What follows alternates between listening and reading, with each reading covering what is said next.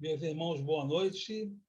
Hoje, 18 de janeiro de 2023, estudo das obras subsidiárias da doutrina espírita, e a gente está estudando o livro Primícias do Reino, ditado pela benfeitora Amélia Rodrigues e psicografia do nosso Divaldo Franco. Estamos no capítulo 3, estudando as bem-aventuranças. E esse estudo é promovido, né, pela Grupo Espírita Francisco de Assis, localizado em São Pedro da Aldeia, Rio de Janeiro. Então, hoje a gente vai dar prosseguimento ao nosso estudo. Mais uma vez, graças a Deus, gostaríamos de dar boa noite a todos, que a paz do Senhor nos envolva, e gostaríamos de pedir para o nosso irmão Ben Júnior fazer a nossa prece inicial. Obrigado, boa noite a todos. Vamos elevar o nosso pensamento a Deus e agradecer por essa oportunidade desse estudo, pelos esclarecimentos que teremos essa noite, que estejamos acompanhados de bons espíritos, dos espíritos trabalhadores da nossa casa, e que todos esses irmãos que estão presentes no nosso estudo sejam beneficiados. Que assim seja, Senhor. Gratidão, Ben Júnior. A Isabela está entrando aí. E o amor de Jesus envolva todos nós, encarnados e desencarnados, e que hoje possamos fazer um bom proveito do estudo. Né? Eu já vou compartilhar a tela aqui e a gente vai lendo devagarzinho. A gente está passando para a segunda parte, para o terceiro capítulo, né? Estamos passo a passo aqui nas bem-aventuranças, no Excelso Canto, e estamos aqui. Hoje vamos começar aqui. Semana passada a gente leu Os Mansos que Herdarão a Terra, e hoje de acordo com a ordem desse texto aqui, da Amélia, será a quarta bem-aventurança. Vamos lá. A primeira foi os pobres de espíritos, que verão o reino dos céus, que deles é o reino dos céus. O segundo foi bem-aventurados os que choram, porque eles serão consolados. O terceiro foi os mansos, porque herdarão a terra. E hoje, vamos ver agora aí. Podemos começar? A tarde serena e calma apresenta-se transparente. Ignotas vibrações produzem musicalidade na terra imensa da paisagem colorida e ondulada. A palavra do mestre, expressiva, entoa mais um tema de sinfonia incomparável. Bem-aventurados os que têm fome e sede de justiça, porque serão fartos. Fome e sede de justiça. A caravana dos criminosos não julgados é infinita e inacabada. Os carros dos guerreiros e vândalos passam velozes sobre cidades vencidas, órfãos e viúvas ao abandono. A injustiça veste os corações e a indiferença dos legisladores, como dos governantes, é quase conivência. O mundo arde em sede de justiça.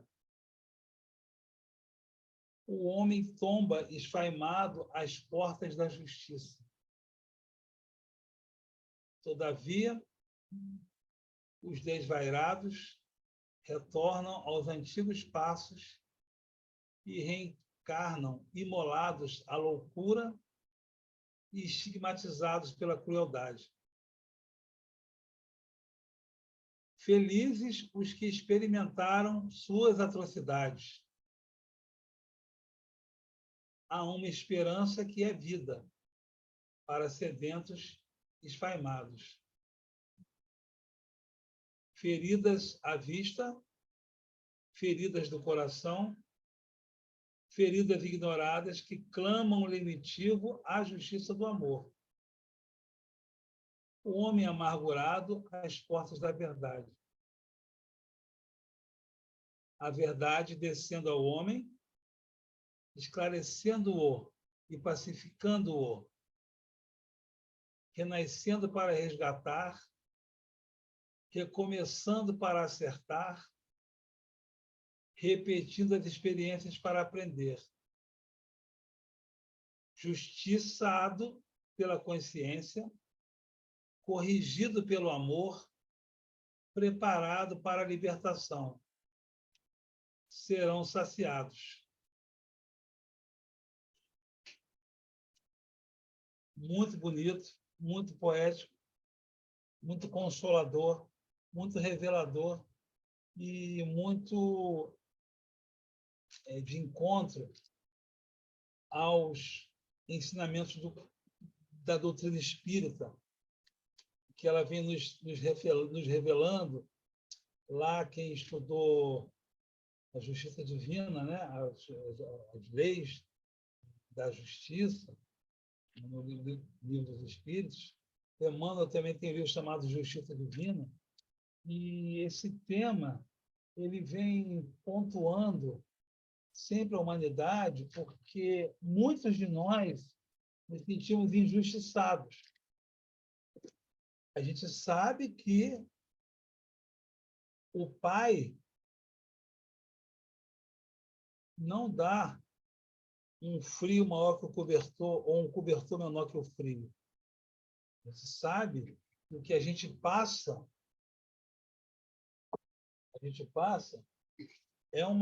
é sempre um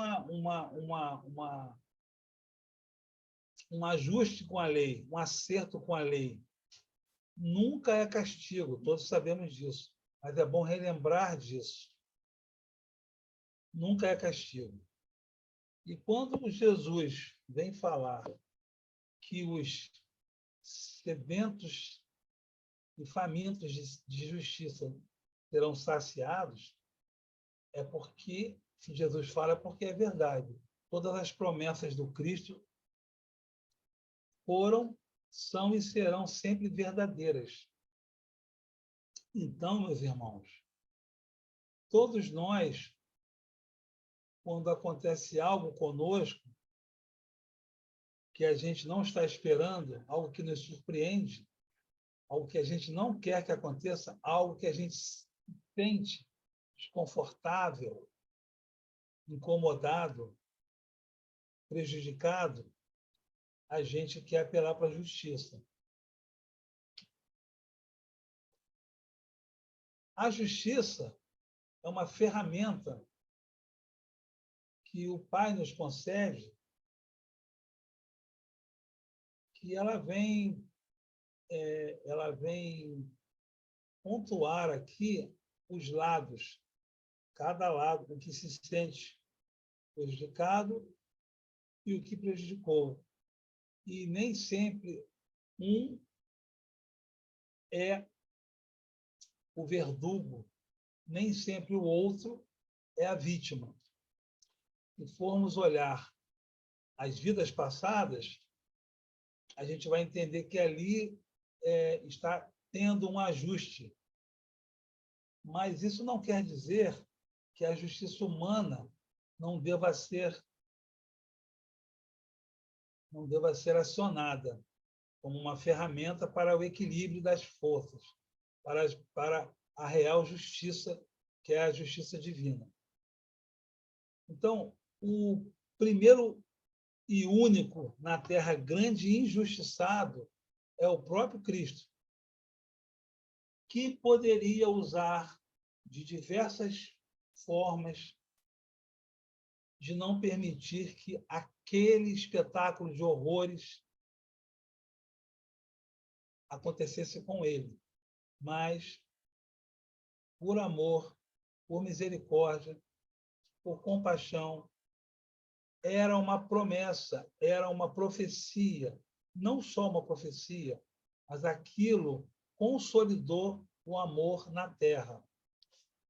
Aquilo nos libertou, aquilo fez com que a gente compreendesse como deve se comportar um injustiçado. Ainda estamos longe desse tipo de comportamento. Longe, muito longe.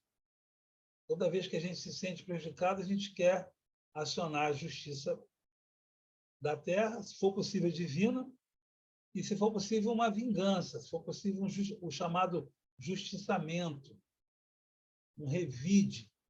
Né? Por isso que a lei de Moisés, olho por olho, dente por dente, para a nossa surpresa, foi uma lei que equilibraria essa compensação, porque quando uma pessoa, na época antes de Moisés, se sentia prejudicada, quando, por exemplo, alguém de uma fazenda, de um sítio, de uma aldeia, roubava algum tipo de animal meu ou alguma coisa, eu ia lá e me sentia no direito de matá-lo, até matar a própria família, ou roubar tudo dele. Então, essa desproporcionalidade, ou essa desproporção que havia na época, fez com que Moisés, muito bem orientado, instaurasse, estipulasse essa lei. Então, se você me rouba um carneiro, eu tenho o direito de ir lá roubar o seu carneiro. Se você mata um filho meu, eu tenho o direito de matar um filho seu. Porque antes, eu matava a família inteira. Antes, eu simplesmente o dizimava todos. Então, é uma forma ainda no processo de aprendizado nosso. E hoje, passado tantos séculos, nós estamos ainda querendo revidar, nosso coração bate descompassado, a gente fica nervoso, a gente quer avançar, a gente não gosta de ser incomodado.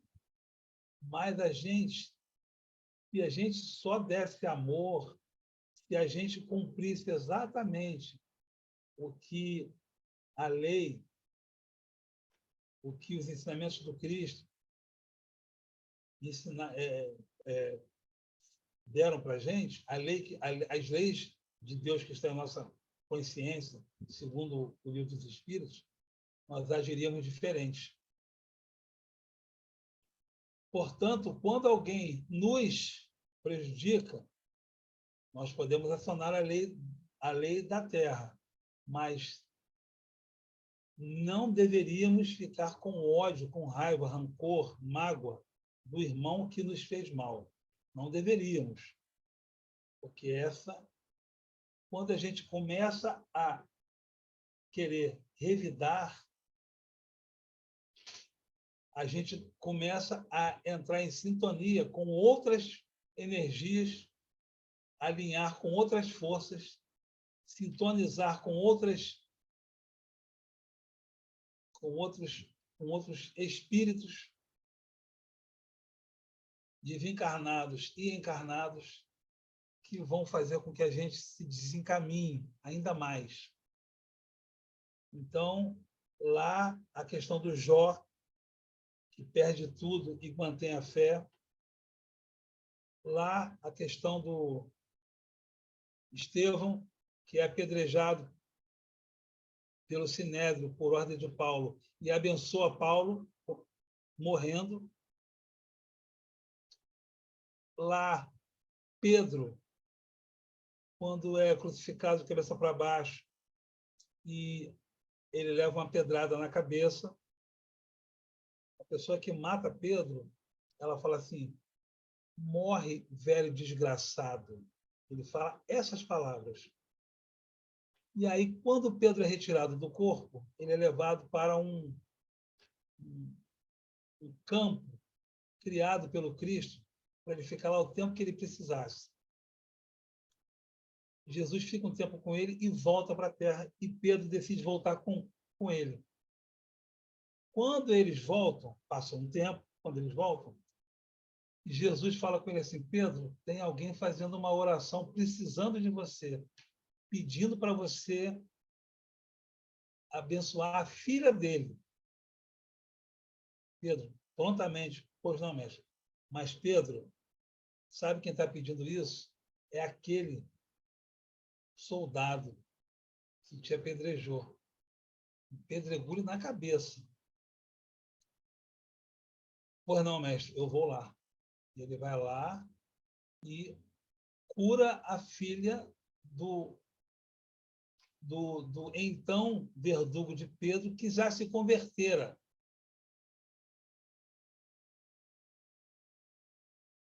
André Luiz, quando volta para a Terra, vê a família dele lá com outra pessoa no lugar dele, que ele achava, que a gente acha que é tudo nosso, né? Minha esposa, meu filho, minha casa, não sei o quê. Meu marido, meu pai, minha mãe, tudo é meu. E quando ele se vê ali que ele esteve esposo, esteve pai e não mais estava na situação, ele demorou a se convencer, mas ele se convenceu e pôde abençoar aquele irmão que ora estava cuidando da sua família. Então, esse entendimento de justiça, tudo bem que eu dei exemplos bem superiores, mas a gente precisa se guiar por alguém, tem um norte.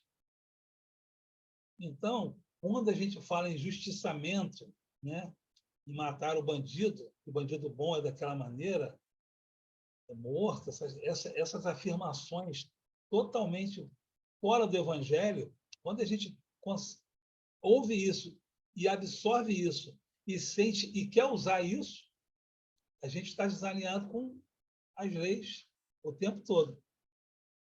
E quando Jesus fala sobre quem tem sede de justiça e fome será saciado. Por quê? A verdadeira justiça não é a justiça do revide, é a justiça com a lei. É quando eu consigo quitar com a justiça divina. Essa justiça é a justiça que o amigo de Chico Xavier vem falar com ele, que é o ex-marido da Meimei. Ele vem falar assim: poxa, Chico, fulano me enganou, eu fui prejudicado, não sei o quê. Aí ele fala assim: ô, meu querido, que bom que agora você está só apanhando, que antes você só batia. Então, assim, aí eles riram com isso, eles riram. Por quê? Porque esse tipo de noção, de entendimento, de que quando eu estou sofrendo, o tipo de entendimento de nada acontece sem a supervisão de Deus, do Pai, do Criador, e quando eu estou me sentindo, quando eu me sinto sofredor, quando eu me sinto vítima, é porque eu estou quitando com a lei. Eu estou entrando em sintonia com a lei. Se eu me revoltar e quiser revidar, eu estou de novo contraindo outra dívida. Então, é assim o tempo todo, o tempo todo. Essa dinâmica. E quando a gente aprende, por exemplo, quando tem alguém da nossa família que nos prejudica muito, acho que as pessoas chamam equivocadamente de ovelha negra, aquela pessoa da família que essa pessoa ninguém suporta. Talvez essa pessoa tenha sido prejudicada pela família inteira. E a hora ela vem cobrar. Agora você vai continuar achando que ela é ruim. Não sabemos. Ela precisa de amparo, precisa de acolhimento, precisa de esclarecimento, precisa de oração. Paulo, quando estava no deserto, no oásis de Dan, 3 anos lá com Áquila e Prisca, ele ficou um tempo antes de voltar às suas atividades começar suas atividades cristãs, o casal que fugira dele mesmo, sem saber que ele era o Paulo, que ele era o Saulo, falou para ele assim: vocês estão aqui porque nós fugimos, porque o Saulo queria que todos os cristãos fossem condenados à morte, no sinédrio, à pedrada. Ou tinha que, na hora do julgamento, tinha que renegar Jesus, igual o filho de Joana de Cusa. Abjura, lembra? E aí, quando o casal fala para Paulo, sem saber que era ele, mas Pedro, na hora das perseguições, pediu para todos nós orarmos por Saulo, que um dia ele poderia se converter. Olha isso. Aí ele não aguentou, chorou e contou quem ele era. Então, essas circunstâncias que a gente vem vivendo, vem passando, são todas assim. Então, se a gente não entender, a gente não pode, não deve, em hipótese alguma, revidar, ter raiva, mágoa, rancor, isso vai nos vincular a outras energias não alinhadas com o Pai, a gente nunca vai entender. Não fazemos aqui algum tipo de alguma coisa. A gente não está fazendo aqui vamos todos vibrar para sofrermos, né?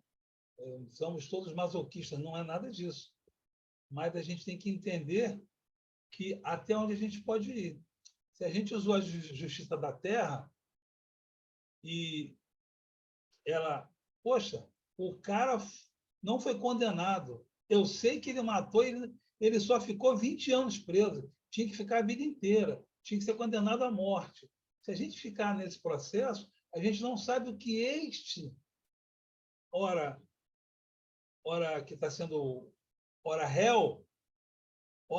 réu, ele pode estar passando por alguns processos transformadores que a gente não tem ideia. Porque ele também tem anjo da guarda, tem toda uma programação espiritual, perespiritual. Então, a gente se sente injustiçado quando tem uma doença. Logo comigo, quando o nosso filho fica doente, nossa esposa, nosso marido, nosso pai. Ah, Pelé morreu com 82 anos, tão cedo. Eu queria que ele ficasse... O Niemeyer morreu com 102, tão cedo. Quanto tempo a gente quer que a pessoa fique encarnada aqui? Quanto tempo? 200 anos? Não é possível. Num planeta mais evoluído, a pessoa ficaria mais tempo no processo encarnatório porque ela teria condições, equilíbrio. Muitas reencarnações são cortadas, são ceifadas por misericórdia, porque se continuar encarnado vai se comprometer mais. Então, a gente não sabe. Às vezes, morre uma criança porque ela está num processo de adaptação da reencarnação. Na próxima, ela fica mais tempo. Na próxima, ela fica mais tempo. Então, a gente não tem o alcance para poder explicar essas coisas. Meus irmãos, falei demais e gostaria que vocês também falassem. Desculpa, porque esse assunto é um assunto que mexe muito com a gente, falar de justiça. Todo mundo é sedento de justiça, todo mundo se acha injustiçado, todo mundo quer se manifestar. Não concordo, está injusto, essa pessoa, esse parente, esse vizinho tem que ser punido. Então, a gente fica nesse processo de querer punir nós, ou passar a procuração para Deus. Deus está vendo, ele vai te punir. Então, a gente tem que ter um processo igual para todo mundo. Né? Falem, meus irmãos. Posso falar? Érica se manifestando. Tá? Desculpe, eu pedi ele para fechar, ele não fechou, desculpe. Eu estava aqui me lembrando quando estava lendo, eu li tem umas partes aqui que ele fala assim: a caravana dos criminosos não julgados é infinita e inacabada. Vocês desculpem eu estar com a imagem fechada, é que o meu computador é velho. A minha internet eu não pego 5G igual o Jobert. Minha internet fica ruim aqui. E aí eu estava pensando que teve uns eventos que aconteceram aqui perto de casa esses dias. A gente, na frente da nossa casa, tinham muitas árvores, ficavam com muitos passarinhos. E aí foi derrubado porque vão construir um condomínio. E aí foi muito triste, porque a gente teve invasão de passarinho na minha casa, a gente teve que salvar a bem-te-vi, teve outros que voaram para cá, tudo em desespero. E aí eu comentei com o Jobas que isso tinha muita dor ali, né? Dor das árvores, dos passarinhos. E aí eu me lembrei que um Emmanuel, uma vez, numa mensagem, fala que a gente tem que ficar atento quando a gente fala de ser injustiçado, que às vezes a gente está em algum ambiente, em algum lugar, que também foi filho da injustiça. E que a gente, às vezes, se acha muito certo e está com alguma coisa que é errada. Por exemplo, eu vou exemplificar. Onde eu moro, que é um condomínio, provavelmente ocorreu o mesmo processo de desmatamento, de mata de passarinhos, o bioma que é aqui da lagoa ser agredido, você teve aterro. Então, isso é uma injustiça com os nossos irmãos, que são as plantas e os animais, que o Pai nos coloca como irmãos também. Só que, assim, eu não fiz isso, mas eu estou com uma casa nesse lugar. Então, assim, eu estou dentro de um lugar que foi filho da injustiça com estes irmãos. Então, em algum momento aí, futuro, eu não sei o que o Pai me reserva, mas talvez eu tenha que pagar alguma coisa com relação a essa injustiça que, de certa forma, eu estou participando, sem querer, mas que a gente tem que sempre tomar cuidado, que muitas coisas que a gente tem proveio de algum lugar que foi filho da injustiça. A gente vai falar de um Brasil que foi escravocrata, a gente vai falar de pessoas que enriqueceram de forma ilícita, e depois os filhos podem até ser muito justos, mas o começo foi de injustiça, né? A gente sabe que o Brasil, por exemplo, muito das suas riquezas foi para fora, foi, por exemplo, para alimentar a riqueza da Inglaterra, dos reis da Inglaterra. Esses nossos minerais nunca mais voltaram e não voltarão.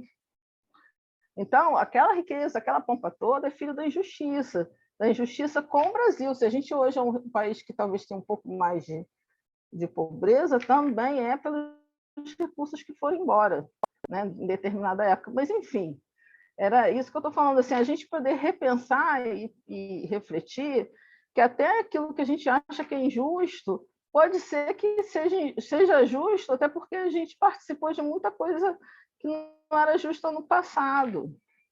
Eu me lembro de uma chuva enorme que teve lá no Paraná, uns anos, bastante anos, acho que tem uns 10 anos para trás. E aí lá, eu me lembro que na época, alguns irmãos espíritas, eles falavam que muitos dos que estavam ali, que chegaram a falecer com aquele turbilhão, né, no Paraná, poderia ser por conta de terem usado mal ou terem dado mal com a natureza. Então, essa conta, né, da justiça de Deus, a gente pode não pagar para os homens, mas a gente precisa entender que a gente pode vir a pagar de outra forma, né? Porque a justiça é para todos. E é amor, porque a gente vai crescer. Se a gente não reclamar, a gente cresce com aquilo que a gente acha que é sofrimento. É isso. Muito obrigado, irmã Érica. É exatamente isso que a gente está vivendo, pensando e falando aqui. Que a gente não sabe o que a gente participa, que é fruto da injustiça. A gente acha que está dentro da justiça. Isso funde a cabeça de muita gente quando começa a pensar sobre isso. Eu acho que o irmão Ben Júnior queria falar, não sei a ordem que vocês querem falar aí, melhor levantar a mão para eu poder avaliar, para eu poder anotar aqui. Quem quiser falar, para eu poder cometer injustiça. Eu não sei injusto. Fala bem. Boa noite. O Gilberto falou sobre a injustiça, né, que a gente se revolta e tal. Eu vejo muita série, muito documentário, e a maioria dos que eu assisto são criminais, a respeito de perícia, essas coisas aí, né? Mas, assim, eu gosto de ver a resolução das coisas. E, assim, mas no começo que eu via, nossa, mas eu me revoltava tanto. É porque, assim, as coisas para a justiça terrena, elas estão na cara, mas só se tipo assim, se os advogados não falarem direito, eles conseguem perder o caso, né? Pode estar tudo na cara, mas se eles não usarem os termos corretos e mostrarem as provas corretas, eles conseguem perder casos. E já há um tempo, né? Eu até vi um post recente, mas eu comecei a me quebrar mais de acordo com o que o Gilbert falou, né? A gente acompanha, mas a gente sabe que a justiça não é desse mundo aqui. Mas, assim, um dos casos que eu fiquei, assim, impressionado, eu vi um post no Instagram que me lembrou que eu já via esse documentário. Era de um rapaz, né, que ele tinha assassinado várias garotas numa cidade nos Estados Unidos, e conseguiram prender ele e tal, e ele foi a julgamento. Acho que ele matou mais de 20 garotas, mais ou menos, ou mais. E conseguiram pegar ele depois de um tempo já. Conseguiram pegar ele. Então, no dia do julgamento deles, todos os parentes foram. Todos os parentes foram e, e eles faziam questão de ir falar, né, no julgamento. E todos eles... o réu, né, ele já estava preparado para aquilo. Que todos eles iam com muita raiva para cima dele. Todos eles xingavam e desejavam muito mal para ele, ele ficava calado, ficava calado. E todos eles, cada um que vinha e falava assim, desejava o pior para ele. Até que veio um senhor e falou assim para ele que era cristão e que estava ali porque ele estava fazendo a coisa mais difícil que um cristão deveria fazer. Ele falou assim, eu estou aqui, eu sou cristão, e eu estou aqui para fazer a coisa mais difícil, a missão mais difícil que eu nunca pensei, mas é a missão mais difícil que um cristão deve fazer. É perdoar você, porque eu acredito em um Deus e eu acho que você... Aí pesou para ele. A única pessoa que pesou para esse réu foi esse senhor.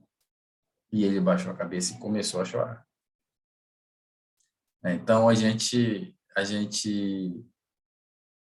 tem que saber que a justiça não é daqui mesmo. É difícil estar nessa condição. E a gente encontra condições, assim, durante a nossa vida de pessoas em posições bem desconfortáveis, de saúde e tal.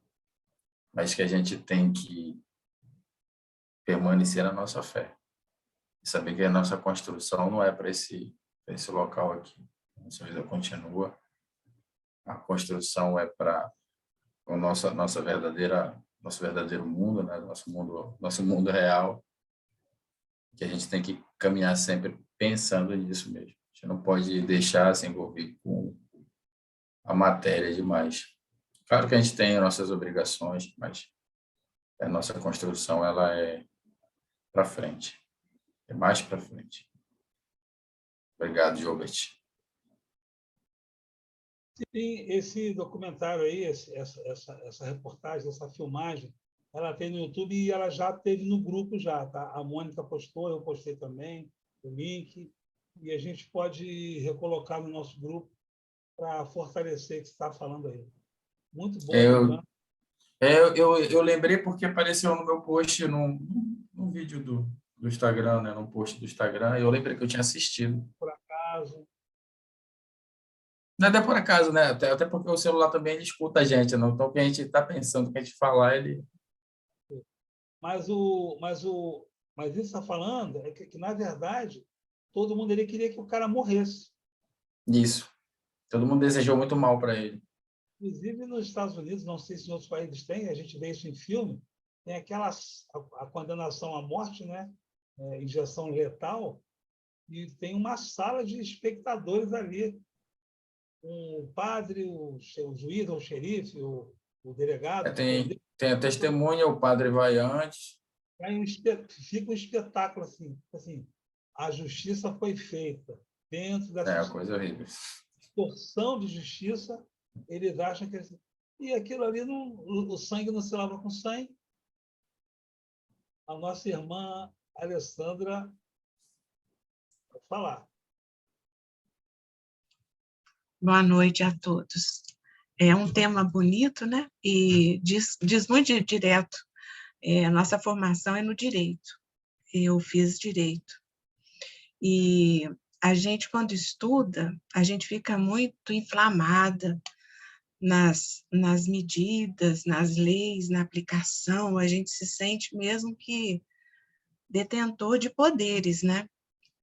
E como é bom a doutrina, né, dos espíritos, quando a gente tem acesso, quando a gente conhece, quando a gente estuda o evangelho, todas as obras que são entrelaçadas, e o evangelho segundo o espiritismo, esse tratado moral que nos pacifica o coração, nos consola e nos coloca no nosso devido lugar, no nosso entendimento real da nossa posição, da nossa situação e das nossas reais possibilidades, né? E aí a gente começa a analisar, porque o critério nosso inicial é que a verdade é absoluta. A verdade é a verdade. E a gente esquece que ela é relativa. Por que ela é relativa? Quando a gente começa a estudar, a gente começa a querer entender todos os lados. Porque se a gente for analisar só por um prisma, a gente vai ter uma ideia errônea do que aconteceu realmente. E isso com os nossos olhos carnais, né? Por isso que tenta a justiça humana criar aquele julgamento em que tem a defesa, tem a promotoria, tem o juiz, tem as testemunhas que são tidas como imparciais, né? Que representam a sociedade, para tornar um pouco mais justo e humano, mas mesmo assim não é falho. Porque há sempre uma tendência, há sempre um jogo de interesses, e às vezes, como sempre, nós alcançamos um patamar, uma análise, mas não é real, ainda não é real. E aí a gente queda em reverência, humildemente mesmo, a Jesus e a Deus nosso Pai, que tem a visão ampla dos nossos espíritos, das nossas reais dívidas, dos nossos reais equívocos, de onde tropeçamos e o que está nos acontecendo agora. E aí, quando ele fala no texto, que é lindo, né? Bem-aventurados que têm fome e sede de justiça, porque eles serão fartos. E seremos mesmo. E aí a gente lembra daquela passagem de Jesus junto de todos nós. Atire a primeira pedra quem nunca pecou. E aí ele chega a dizer, não julgues para não seres julgados. Olha só. Então quem somos nós para julgar? Para apontar o dedo, para dizer, você errou, você vai receber a pena tal, você vai ficar 10 anos encarcerado e você vai voltar para a sociedade reajustado. Então, tudo isso faz a gente pensar o seguinte, a justiça humana é como o médico, é necessário, porque nós precisamos ter uma ordem, nós precisamos ter uma legislação que regule o nosso comportamento, as nossas decisões, as nossas ações na sociedade. Tudo é preciso que haja disciplina, porque sem a disciplina as coisas ficam incontroláveis. E foi o que Moisés fez na época, porque a sociedade era muito mais incontrolável, bárbara, e como Joubert te disse no início, olho por olho, dente por dente, robô arranca a mão. Quer dizer, são coisas assim que podiam funcionar na época, a gente respeita. Talvez nós estivéssemos ali com esse, né, com esse comportamento, nós estamos ali. Nós vamos progredindo paulatinamente. E é triste a gente pensar isso, né? Mas estávamos ali, talvez, e achando ótimo.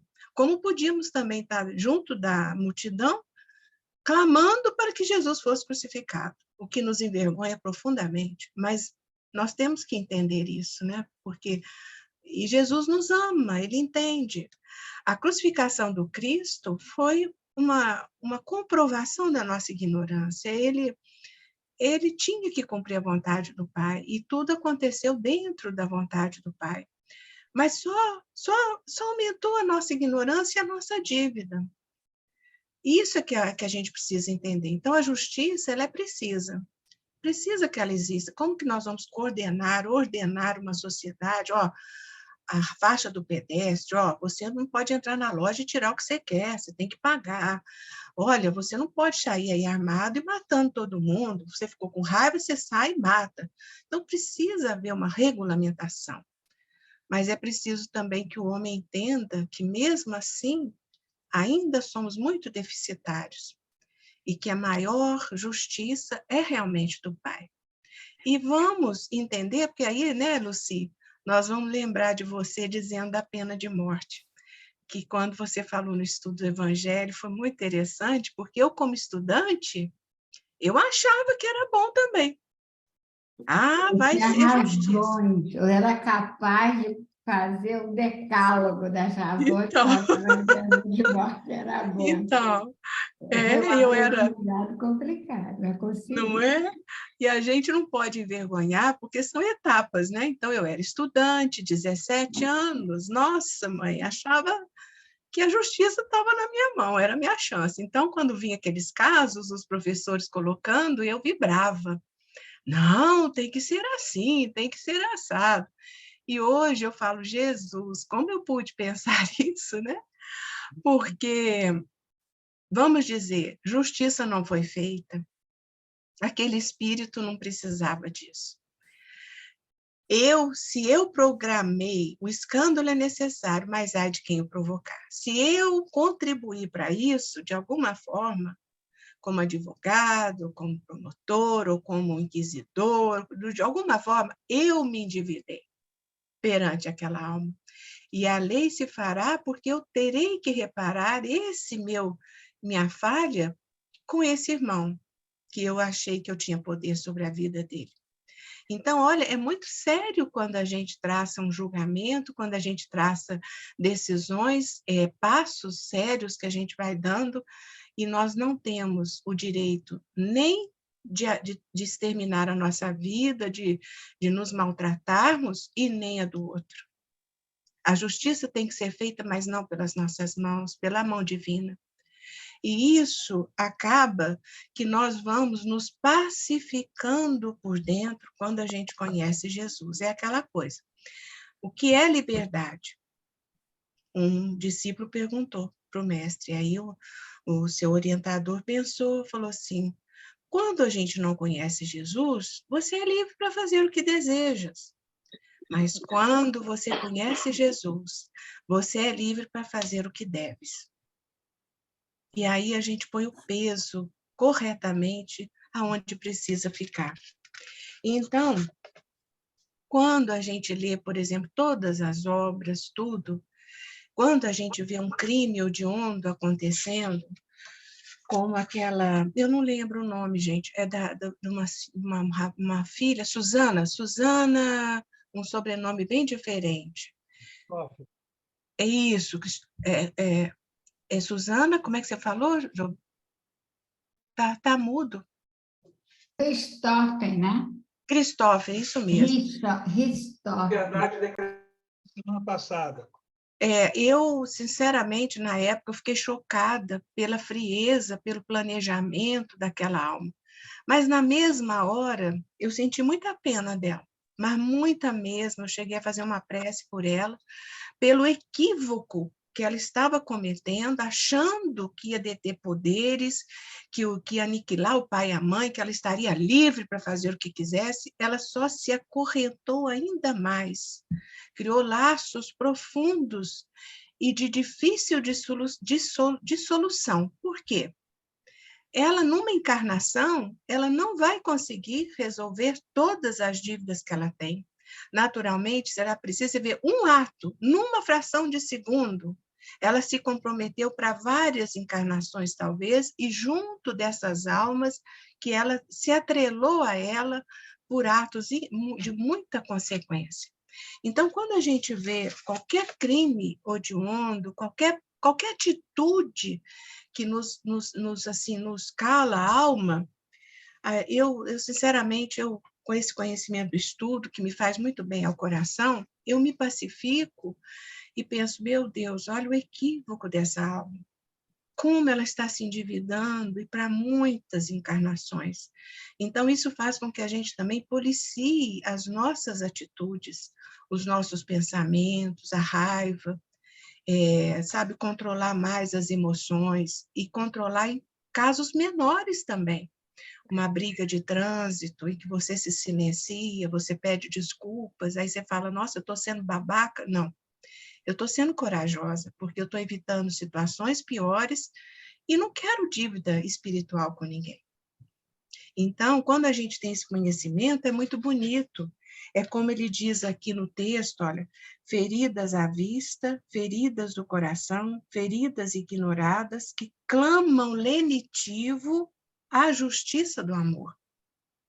Isso é o que nos cabe, não é apontar o dedo. É amorosamente nós nos colocarmos diante desses fatos. É difícil? É. Nós temos que nos controlar? Temos.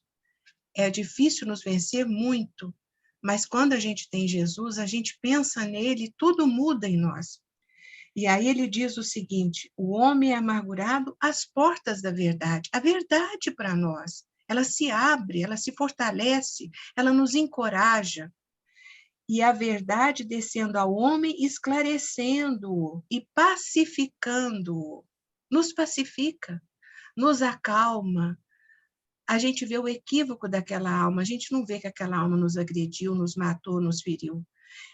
E aí ele fala, renascendo para resgatar. Nós vamos renascer para resgatar. Essa é a justiça.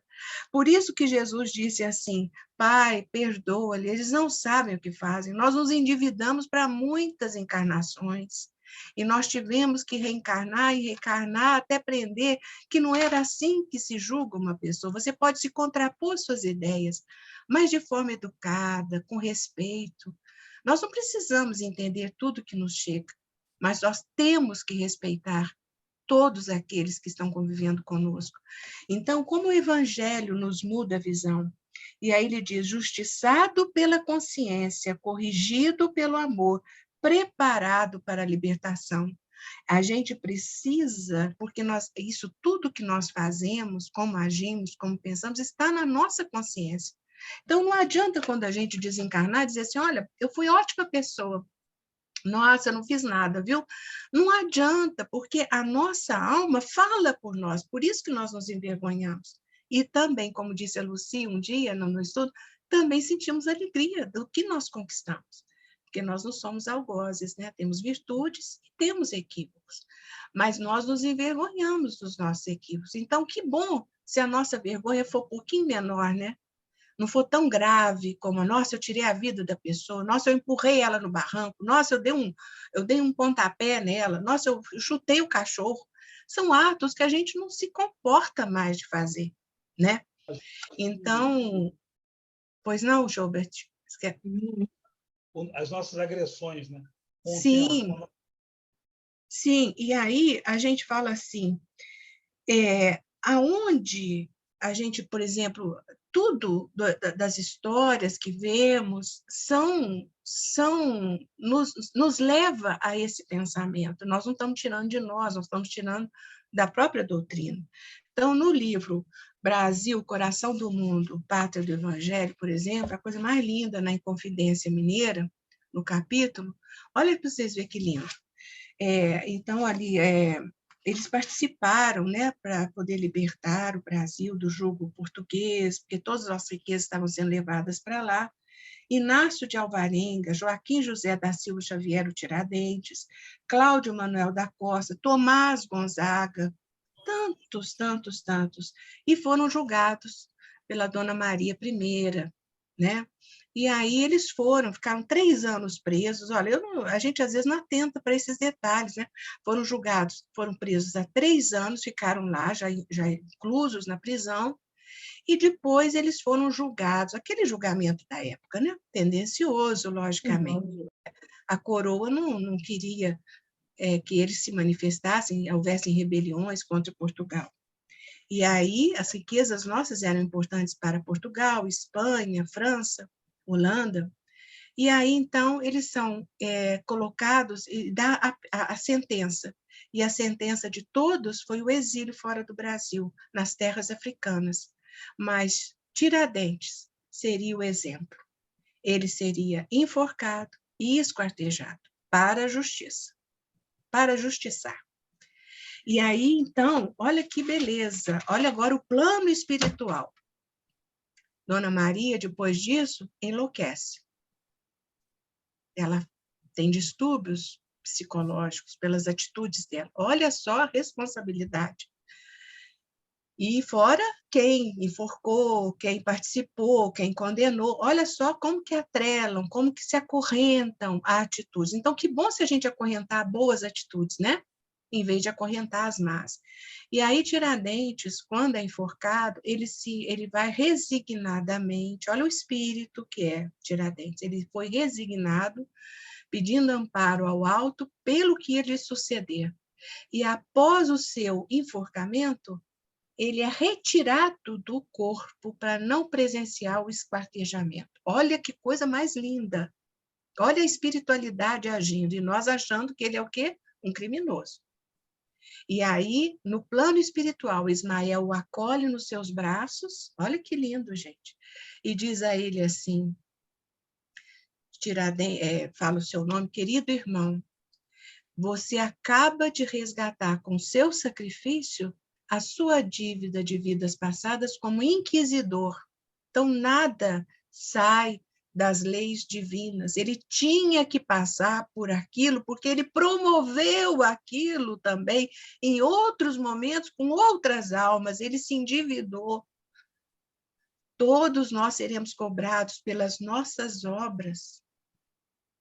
E aí ele diz, mas agora, irmão querido, você será reconhecido no plano terreno, na pátria de Jesus, como um mártir. Será sempre lembrado como um herói.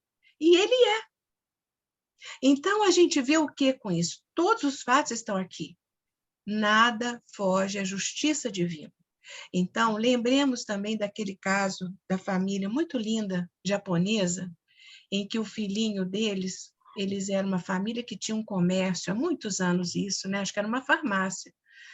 E eu era muito jovem quando isso aconteceu, e o filhinho foi sequestrado e morto, desapareceu.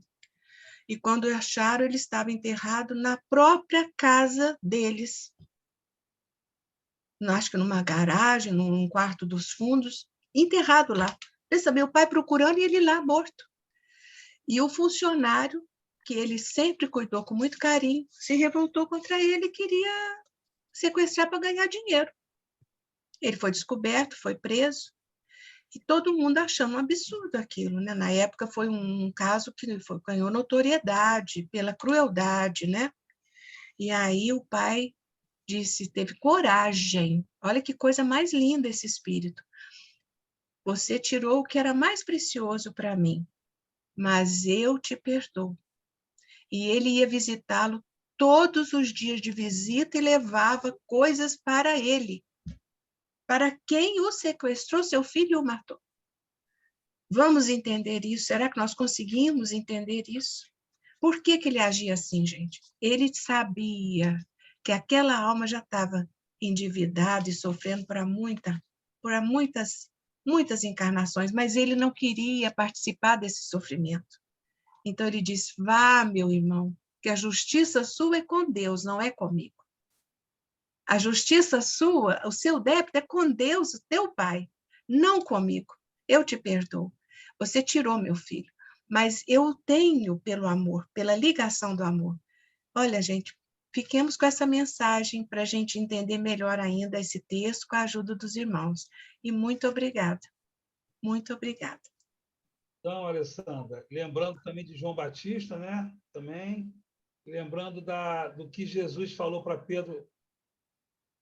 Sim, Joubert. Jesus falou para Pedro que, na hora que Pedro queria cortar a orelha do soldado mau, e lembrando que o sexto mandamento é não matarás. Quer dizer, lá atrás já tinha essa. Sem dúvida, sem dúvida. Eu acho que a Denise levantou a mão e queria falar, né, Denise? Boa noite mesmo. Não, a Alessandra lembrou, eu ia lembrar do caso do japonês, né, de segurança, que depois que ele matou o filho dele, que são um fato que eu me lembro muito, né, desse perdão que ele foi lá, né, inclusive ele abraçou o sequestrador, né, disse que o perdoava. Isso é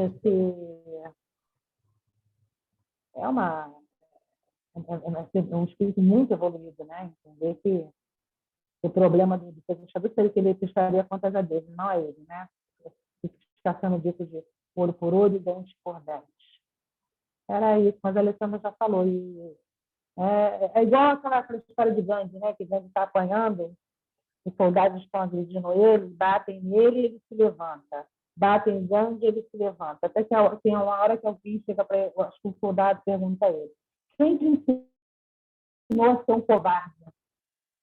Você apanha e levanta de novo. Ele falou: é esse que está no seu peito, porque o soldado carregava um crucifixo. Né? E todo mundo sabe que Gandhi, embora viveu muito tempo estudando o cristianismo, né? E isso me chama a atenção da grandeza, né? De Gandhi também nesse ponto, né? Que quem te ensinou a ser um covarde foi isso que está pendurado no seu pescoço, né? De você apanhar, levantar e não revidar. Isso eu creio que tem que ser muito um espírito muito avançado, que já está no grau, né? Porque tem que ter coragem. Até para você fazer esse tipo de coisa, você tem coragem. Né? Além dos estudos que nós temos todos que estudar todo dia, vigiar todo dia, essas provas elas são diárias. Elas são diárias. Né? Até o que você comentou aí, Jô, às vezes a gente comentar de um jornal ou no nosso lado, a gente sempre tem uma opinião, né, para dar. Tem que morrer, tem que ter pena de morte, tem que ter isso, né? E a gente não sabe essa história toda, né? É só isso mesmo, irmãos, gratidão. E obrigada, Alessandra, por você ter lembrado aí, você colocou bem até essa. Eu estava gostando aqui de ouvir. Obrigada, querida. Então, Denise, queremos dar a boa noite por ordem de chegada a Lindomar, Luciane e Claudinha. Né? Ficamos muito felizes com a presença de todos aí. Alguém mais quer comentar? Está chegando a hora. Alguém mais quer fazer algum comentário sobre justiça?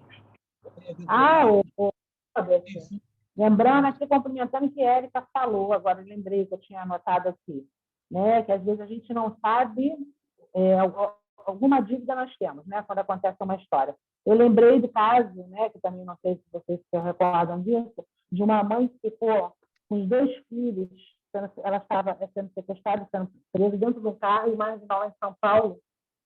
Ele ameaçava o tempo inteiro, a polícia estava já com um tirador de elite, e ele, no momento, ele olha, se fez com uma mãe, sua mãe deve ser terrível, ele olha para ela e fala para ela: escolhe um filho para sair do carro. Né? E até hoje ela não disse, eu também não diria, né? Depois ela disse: escolhi. Que situação que essa mãe foi colocada, né? Sabe, sei lá, com essa dívida que essa mãe tinha, essa dívida com esses filhos. Né? Porque alguém mandava você escolher um filho, escolhe um filho. E isso até hoje eu sempre me recordo dessa situação, que eu falo: nossa, que dívida que essa mulher deveria ter com espiritual, e ter que escolher, né? Alguém falava: escolhe um filho para ficar. Ele deixa bem claro para ela na situação, depois ela conta, que ele fala para ela: um vai sair, o outro não. A situação toda que acabou bem, né? Bem. As crianças saíram bem e ela também. Mas acho que fica esse trauma para ela para o resto da vida, né? E os filhos vão ter sempre essa interrogação, né? Quem ela escolheu? Olha que situação que carga, né? Para carregar, né? Só isso, meu irmão. Gratidão. Gratidão, Denise, pela lembrança aí. Alguém mais quer comentar? Acho que o Lindomar levantou a mão. Lindomar, é só para lembrar para a gente que a lei ela é uma lei que ela é incorrompida. A lei ela não se corrompe. E, às vezes, o espírito que foi prejudicado ele vai evoluir, mas a dívida fica com aquele que fez, né? Não tem jeito. É o caso. Nós vemos aí muitos casos aí dentro da doutrina, dentro da literatura espírita, de que muitos espíritos evoluíram, perdoaram, mas a lei está ali, a lei da consciência. Porque enquanto não houver o aprendizado, né? O aprendizado para que nós não venhamos a cometer de novo esse delito, não é? É um velho ditado que um amigo meu falou para mim. Você sabe fazer, mas não faz, então você não sabe fazer. Então, o espírito ainda não aprendeu, a gente ainda não aprendeu. Então, a gente vai sofrer as consequências, não tem jeito, é causas e efeitos, né? Não tem jeito. Então, a lei ela é clara, a lei divina ela é branda, mas ela é severa, e é para todos nós. Né? Mas Deus é com o intuito de burilar, de lapidar, de trazer para todos nós, os espíritos, o adiantamento moral e intelectual, porque senão a gente vai continuar em mundos primitivos, a gente vai continuar em mundos de provas e expiações, e nós sabemos que há espíritos na erraticidades. Eu que trabalhei um tempo e devo voltar, não vou voltar para a mesa mediúnica, a gente tem contato com espíritos que estão ali há muitos 300 anos, 400 anos, que não querem reencarnar porque não querem ter o quitamento com a lei. Aí você explica para o espírito, aqui você vai ter o amparo, você pode trabalhar numa religião, você pode se envolver em trabalhos do bem, o Cristo vai estar te amparando, mas aí tem muitos espíritos que ainda têm medo de reencarnar, né? Porque a dívida foi se aumentando, se aumentando. Então é isso, gente. A minha contribuição também é essa, é muito importante, né? Gratidão, Lindomar, pelas suas palavras. É exatamente isso mesmo. A literatura espírita e o mundo, e a nossa vida, as notícias, tem muitas informações no assunto, mas a literatura espírita ela dá o resultado, o que aconteceu com a pessoa, né? Então, a própria Amélia também fala o que aconteceu com o marido que tramou o possível apedrejamento da então possível mulher lá que ele estava lá, que ele a encontrou, né, com outra pessoa lá. Então, como é que é o nome dela? A mulher do... Só tem uma diferença, porque só a mulher adulta, mas tem um nome que ela dá lá. E depois, a mulher adúltera, a chamada adúltera, porque adúltera são os dois também, né? A história ocultou o outro, mas esse outro aparece doente na casa do caminho com Pedro e conta tudo para Pedro o que aconteceu, tá? E são os bastidores da história. E a mulher adúltera, então a adúltera encontra o tal do marido que tramou para apedrejá-la futuramente, em condições bem complicadas, ainda encarnados. Então, é uma história muito bonita, porque mostra ali o resgate, né, de todos, né? Então, é muito interessante. A gente vai ler essa história mais para frente. Alguém mais quer comentar alguma coisa? Luciane, que chegou depois, Claudinho, que chegou depois aí. Como é que é? Alguma coisa quer contribuir de alguma maneira? Fala, Érica.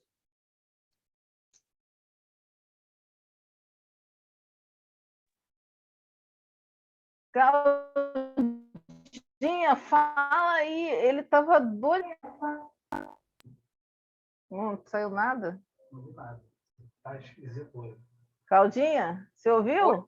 pessoas queridas. Isso aí, fala aí. Tudo bem com vocês? Eu estou prestando atenção porque eu cheguei já quase no meio do estudo e as quartas-feiras está ficando um pouquinho difícil, né? Mas eu hoje falei, não, hoje eu tenho que estar lá na Amélia. Eu estou prestando atenção eu prestei atenção, muita atenção no relato da Alessandra, né? Voz de algodão. Adoro a voz da Alessandra. Estava com muita saudade de você, Gilbert Pix, né? Ben Júnior, Lindomar, todos vocês. E eu estou prestando atenção nessa questão da dívida, né? Nós temos essa dívida, tudo que a gente faz aqui, a gente resgatou lá de muito tempo, e se a gente não andar, vamos dizer assim, na linha, né? Bonitinho, como manda o figurino, a gente vai demorar muito para pagar a conta, né? E a gente, às vezes, nem se dá conta disso, nem a gente, e às vezes nem quem está perto, quem está, né, não se toca muito, não tem o conhecimento, né? Então, eu estou quietinha porque está bastante interessante aí tudo que eu estou ouvindo, e isso faz a gente, assim, parar para pensar nas próprias atitudes, nas ações, nas palavras, melhorar o nosso comportamento diário, né? Com nós mesmos, com as pessoas, né? Buscar mais o celestial, buscar mais a nossa paz interior para dividir, para melhorar isso com outras pessoas. A gente tem que fazer isso agora, né? O mundo está muito individualista, está muito delicado. A gente está vivendo um momento ímpar em tudo, então a gente tem que tomar muito cuidado com tudo que nos é dito, com tudo que aquilo que a gente fala, com tudo que aquilo que a gente ouve, com tudo que aquilo que a gente repassa e como a gente interpreta as situações, as coisas que nos são passadas. Então, minha contribuição fica aí. Eu estou adorando, gostei muito de ter chegado aqui e poder ouvir um pouquinho da fala da Alessandra, da Denise, que está aí também contribuiu bastante. Bem legal, gente. E a gente nós somos o veículo que pode transformar a vida de muitas pessoas, né? O mundo precisa disso. Muito bom, viu? Chega, senão eu vou falar mais. Pois, muito obrigado. Ô, Jobert, posso só falar uma coisa? Que eu acho que a gente deve vibrar para que essas pessoas que estão sendo julgadas, né, por graves crimes, que esse sistema de punição seja modificado para um sistema de amor, né, para que essa alma cresça. Então, em vez daquelas penitenciárias que mais incentivam o crime e o conhecimento de outras práticas delituosas, que a gente possa ter uma escola para ensinar profissões, trabalhos dignos, né? Para que essa alma cresça e conheça um outro lado da vida, com chances renovadoras. Nós precisamos caminhar para isso, para que ele saia de lá realmente refeito, com um novo patamar e um novo horizonte. Obrigada. Eu ainda, Alessandra, acrescentaria nessas escolas o trabalho social e voluntário, né? Para que eles, Sem para que dúvida. né? Para que essas Despertar pessoas... o amor, né? Exatamente. Né? É o que hoje, assim, a gente vê uma situação diferente de tudo que a gente vive, e a primeira coisa que as pessoas fazem é apontar, é julgar, é criticar, né? Como você mesmo comentou na hora que eu entrei. Quem somos nós para fazer isso? Né? A gente tem que... A lei é o amor. Como o Lismar falou, ela é implacável, mas é o amor ainda, né? O amor cura, e as pessoas precisam sentir, sabe? o mundo está assim, não, isso aqui é meu, isso aqui é meu, isso aqui é meu, primeiro eu, primeiro eu. Não, não tem que haver isso. A gente tem que espalhar mesmo essa questão do amor de verdade, né? Usar a empatia da alma, do fundo da alma, se colocar literalmente no lugar daquela pessoa. E aí tudo flui. Amém. Muito obrigado pela sua contribuição, Claudinha. Lembrando que, em Eu se tratando de justiça, lá atrás, os judeus queriam que Jesus, o Messias, fosse na distorção deles, da ideia distorcida, fosse um justiceiro, um general, e o reino ao qual ele representasse fosse um reino para destruir Roma. Uhum. Nós, lá atrás, que optamos por Barrabás, que muitos daqueles que optaram por Barrabás, nós vimos em Jesus um espírito fraco, um espírito que não poderia lidar com aquilo, que ele tinha que ser aquele general que lavasse a nossa honra com sangue, que trouxesse um exército e destruísse Roma. E a Roma foi destruída naturalmente com o tempo veja bem, os bárbaros destruíram Roma. Então, a questão da história ela vai se resolvendo, porque Jesus vai dissolvendo essas questões com o tempo. Grandes impérios, os nazistas, os outros, tantos outros da história, foram dissolvidos com o tempo. E aí lá, Neo Lúcio fala do túmulo vazio. Ele fala, todos estão lá nos túmulos, todos viraram pó, menos o Cristo. O Cristo foi para a luz. Aquele que foi torturado, julgado e condenado à morte pelo Estado e pelo poder religioso constituído. Verdade. Pela sociedade, que comprou aquela ideia e optou por Barrabás. Então, esse jogo, com o tempo dessa questão da verdade, né? Conhecereis a verdade. Que verdade? A verdade do Cristo. Só que tem gente que defende o Cristo, como nas cruzadas, nós lá na cruzada, e íamos matar. E matávamos as pessoas que a gente achava que não era de acordo com a nossa fé. Então, a gente também distorceu muito a realidade com o tempo. E hoje a gente é alma doente, a gente tem que se reconhecer doente e que Jesus é o nosso grande médico, porque Jesus não veio para os sãos, veio para os doentes, os que se reconhecem doentes. Então, quando eu procuro Jesus, ele é o médico maior de todas as almas, ele está ali para nos curar. Então, é esse processo.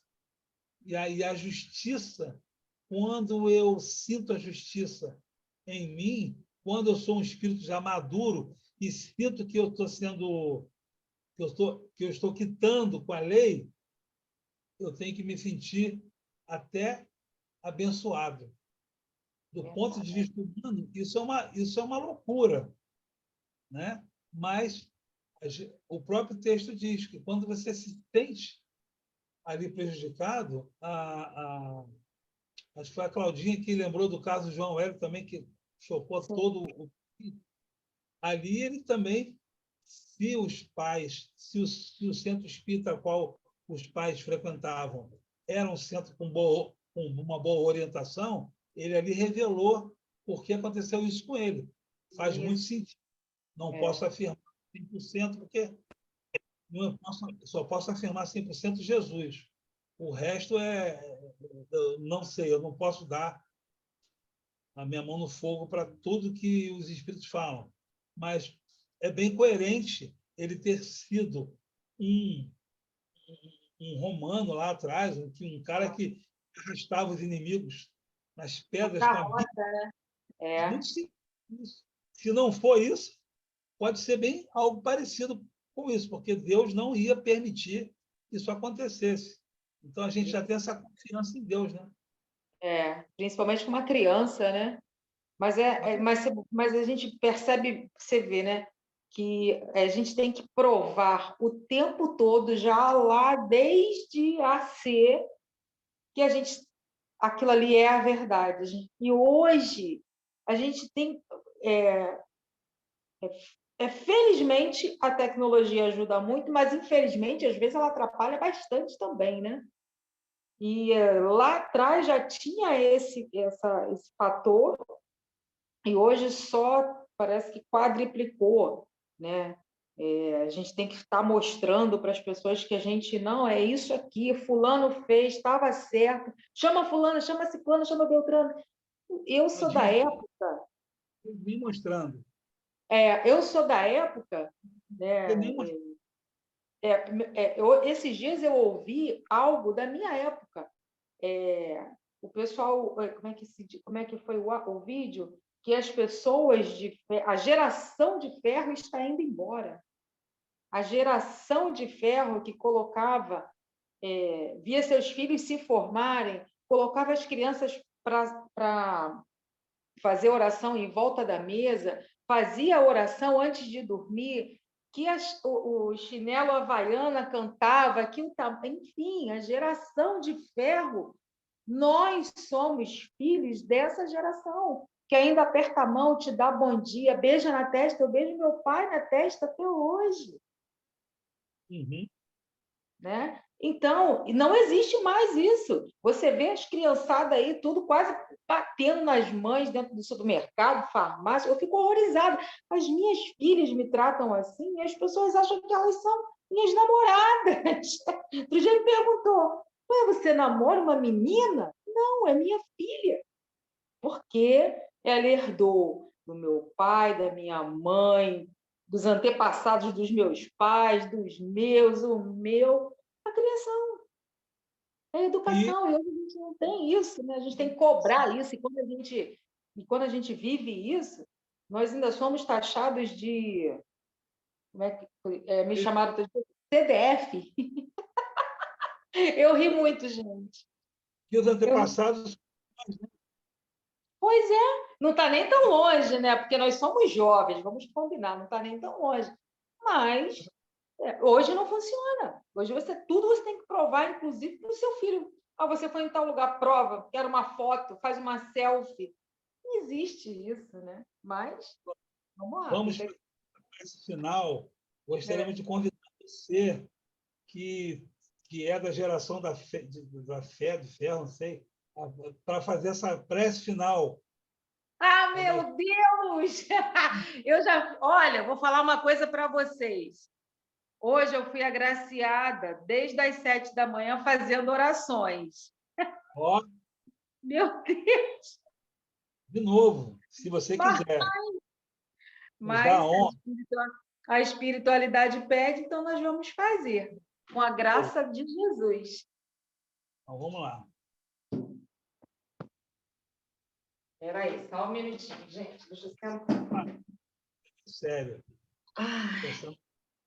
Espera aí, que a luz está incomodando lá. Vamos lá. Olha a luz na cabeça da Cláudia, a luz, olha. Olha a luz, olha a luz. Ai, vamos lá. Eu vou fechar o áudio, senão não fica ruim para mim, tá bom?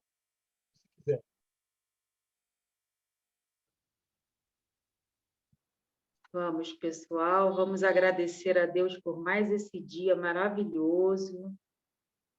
Eu não sei o que cada um está passando, o que cada um está vivendo, o momento, a situação, mas eu digo para vocês que o Mestre Jesus está no coração de cada um de vocês, orientando, dando o suporte necessário, dando as orientações que cada um precisa, com a espiritualidade amiga, fraterna. que todos nós tenhamos uma excelente noite de sono reparadora, junto com os nossos espíritos, né? Que as nossas famílias sejam abraçadas e acalentadas, que as pessoas que precisam de nós, das nossas orações, as pessoas em situações vulneráveis, as mães que são solo, precisam de carinho, precisam de atenção, os pais, os avós, as pessoas necessitadas dos hospitais. Mestre Jesus, Mestre querido, esteja com cada um, esteja conosco mais uma vez. É tudo que nós te agradecemos, Senhor. Graça e paz.